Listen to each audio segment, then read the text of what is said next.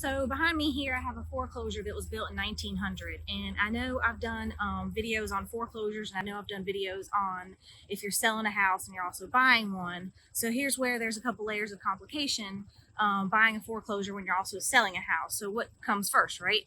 So typically, if you're selling a house that I think will sell relatively quickly, I usually recommend that you get your house ready to sell, get your pre-approval, and then go find your house that you're going to be buying. And when we get it under contract, we would put your house on the market and anticipate it selling in just a few days, which is what the market tells us right now. So, but what makes that more complicated is if you want to buy a foreclosure, because foreclosures are being sold as is.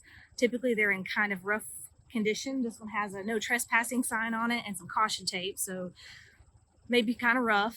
A lot of times these foreclosures have to be paid for with cash. So that's a little bit of a snag. If you have a loan, especially like an FHA, VA, or USDA loan, which are government loans, you're going to have a little bit of a tough time pursuing one of these foreclosures. So, just a little bit of information. The bank calls the shots when you go under contract with a foreclosure. You don't usually get much more than maybe 10 days of due diligence. And then they set the closing date. So you kind of follow their rules. And a lot of people think, oh, well, the bank, they just want to get rid of it. They just want to sell it for whatever. Not necessarily. The bank has their terms and their, their things that they want you to meet as far as what they need.